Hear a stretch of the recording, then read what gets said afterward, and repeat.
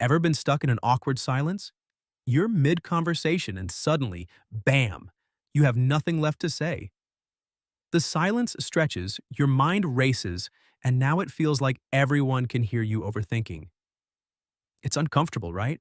I've been there too. As someone who struggled with anxiety, I hated this feeling, so I learned 3 simple ways to keep conversations flowing naturally, make meeting new people easier, and even accept that sometimes awkward silences just happen. Let's talk about it. We've all faced that moment. You're in a new setting, like a workplace or class, and end up alone with someone you barely know. You introduce yourselves, exchange a few words, and then silence. Before I learned how to navigate this, I used to panic. But then I realized something. Silence isn't the enemy. In fact, it's often harmless. Looking back, I can remember plenty of embarrassing moments, but those occasional awkward silences, they never really stuck with me. Life's too short to stress over them. That said, dry conversations can be frustrating. I found myself stuck in them often, so I developed 3 habits that changed the way I communicate. 1. Active listening, finding more in every sentence. What if I told you that even the simplest statement can spark endless conversation? The key is active listening. People often leave out details without realizing it, and that's where curiosity comes in. Once I started truly paying attention, my brain naturally filled in the blanks with questions. For example, I cut my hand on Sunday while fixing my car.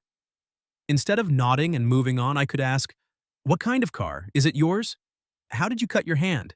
Do you fix cars often? Did it hurt?" It's not about memorizing a script, it's about showing genuine interest. When you engage like this, conversations naturally flow.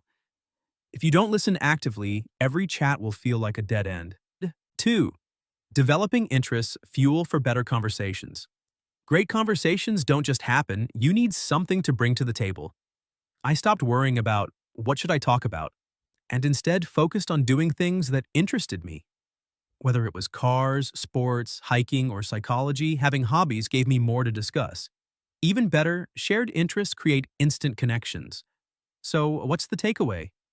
If you want more engaging conversations, build your personality with interests. 3. Asking stupid questions. Curiosity. Has ever held back a question because you thought it sounded dumb? I used to, but then I realized there's no such thing as a stupid question if you're genuinely curious. Asking questions, even the odd ones, keeps conversations alive. For example, I've asked, "How tall are you? Do you mow the lawn?" These seem random, but people usually enjoy talking about themselves, and these questions often lead to unexpected and fun conversations. Being curious, not just polite, makes all the difference. The hard truth: sometimes it just doesn't work. Here's the reality: sometimes, no matter what you do, a conversation won't flow. Why? The other person might not be a great conversationalist. They may simply not want to talk, and that's okay. Not every interaction will be a hit, and you don't have to force it. I remind myself, don't water a dead plant. If the conversation isn't going anywhere, let it go. These 3 techniques helped me navigate conversations with confidence. The next time you're stuck in silence, remember, every great conversation starts with a single question, and every awkward pause is just an opportunity in disguise.